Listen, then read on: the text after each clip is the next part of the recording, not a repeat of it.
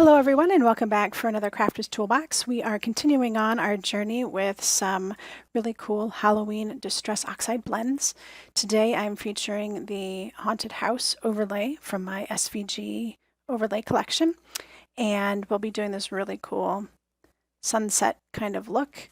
I've done something different here where I put some yellow cardstock behind the haunted house and then filled it in with some clear, so that way it gives a little bit of a pop, but the background is pretty straightforward.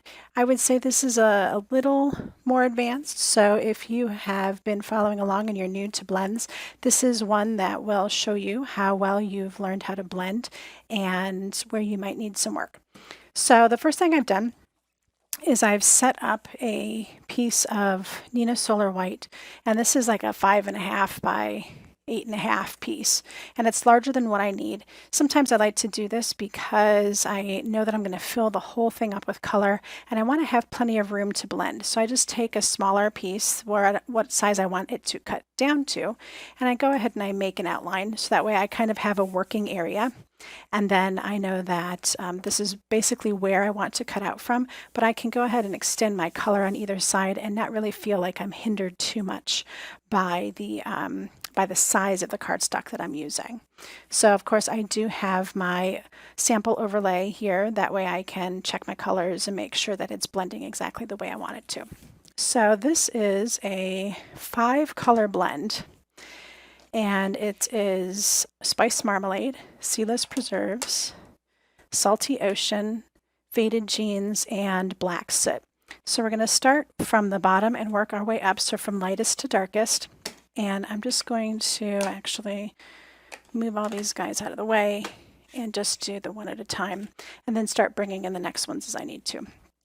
So the bottom color, the Seedless Preserves, I am going to kind of rub off a little bit.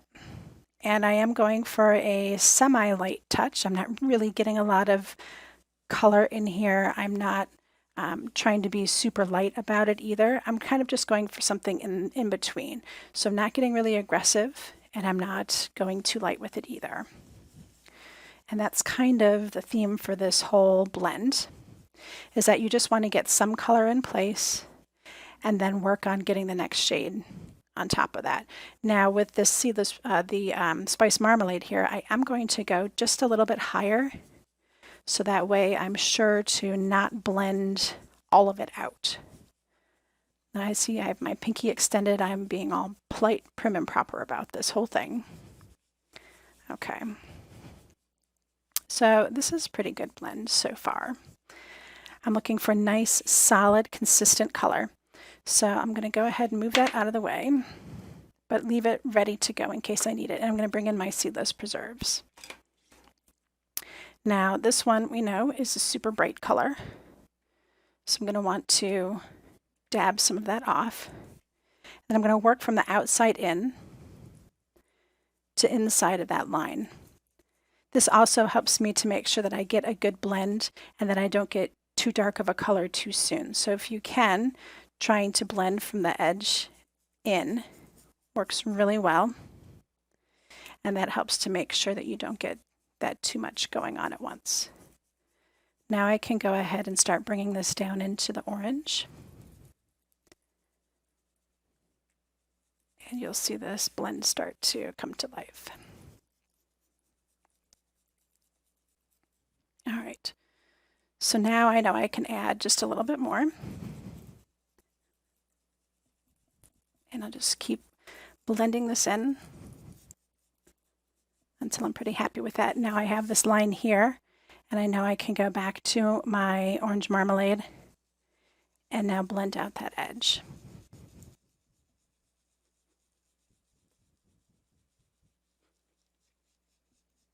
All right, so you can see that I'm already almost halfway up into this, but in the sample, there's not a lot of purple to be had. So when I come in with my next layer, I know I can bring it down into this one a little further. And it's still going to show up exactly the way I want it to, without me losing too much of anything. Okay, so this blend so far is pretty good here. And I could even bring this Seedless Preserves down a little bit more if I want to, just with a light touch. So while that's still kind of damp, I'm going to bring this back in and get kind of a mottled rusty orange color here. And that's really going to help blend from one color to the next.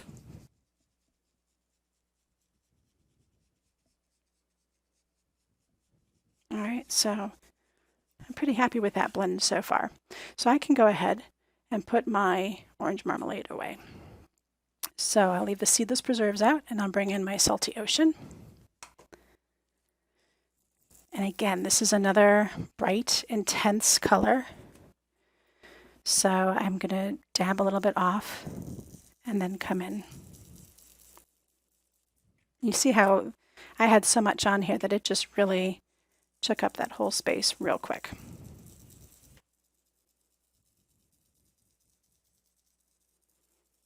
So now I kind of have this intermediary color, and you can see how I've already gotten rid of a lot of that Seedless Preserves. So I'll just dab it back into the Seedless Preserves and come and get this edge here. And now I have this really cool blend. So I've gone from orange to kind of a rust. Now I've got the Seedless Preserves, and it goes into more of a dark purple. And then I have this bright blue. Now the bright blue we're really going to cover up because I don't want such a bright blue sky, but I do want that idea of the sunset, and you know how you get that kind of flare before the sun really completely sinks into the horizon. That's like right here. So that's what we're getting with this, and that's why I decided to add in the Salty Ocean. So done with the Seedless Preserves, move up my Salty Ocean, and now it's time for Faded Jeans. Okay, so with Faded Jeans, this is a darker color. And I'm going to really just fill in this whole remainder of the space with it. And then I'll bring in the black soot on top of it to give the night sky.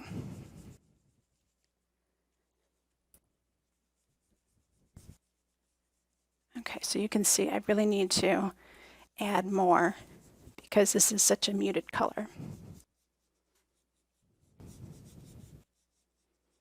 And I'm almost covering up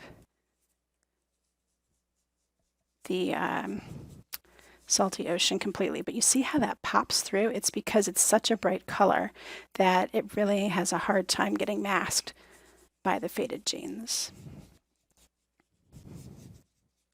So I'm actually going to use this to blend down into the purple. And there we go. So I didn't even need any more of my Salty Ocean, but I will leave the Faded Jeans out in case I need it. So let's go ahead and finish up with some black soot. So black is black. I'm going to flip this over actually. And it covers pretty well. So that's pretty good, and I'll just go ahead now with my Faded Jeans and blend that in.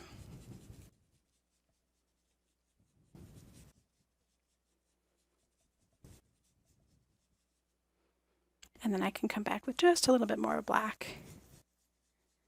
Super light. And get some movement in there, kind of like clouds coming through. There we go.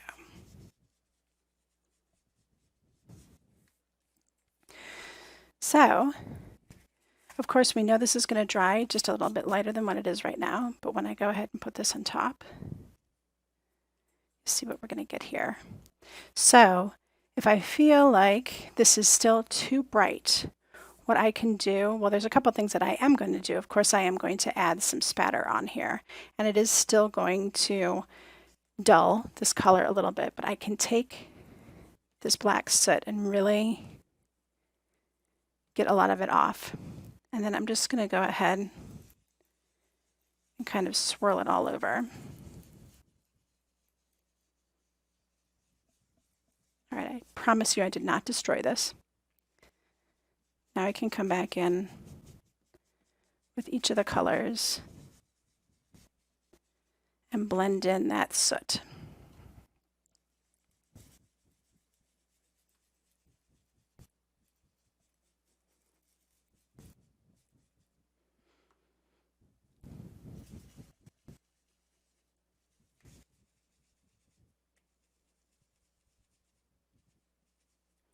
All right, and that's already helped to mute that quite a bit.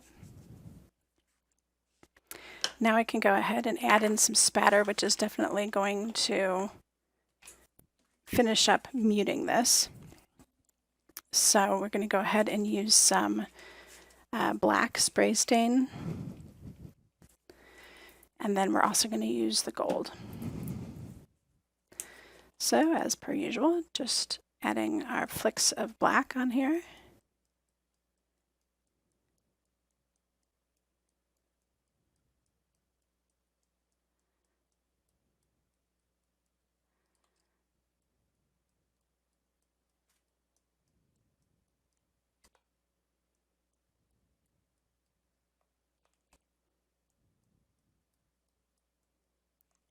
And then we'll go ahead and add in some gold. Now with the gold, there is an option to smear it a little bit. So once we have the gold on here, if we let it dry for just a little bit, we can go ahead and just use our finger to smear it. And I'm just not really doing a great job of flicking any of my colors today.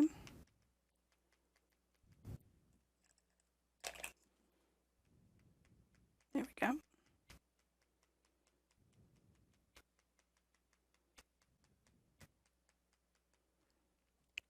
You get the idea. All right, so I'm just going to let this sit for a minute so that the gold can seep into the cardstock. And while it's doing that, I'm just going to wipe this up real quick here.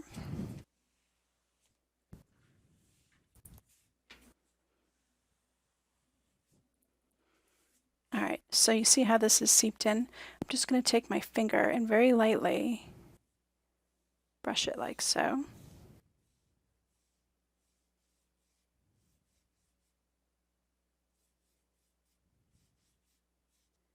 So that's just going to help me get some gold all the way across the entire background, and then just kind of help it look like there's a mist in the air, but the mist is kind of goldy. All right, so now that I have that on here, we can see exactly how that overlay is going to look. And we're going to have another great Halloween card.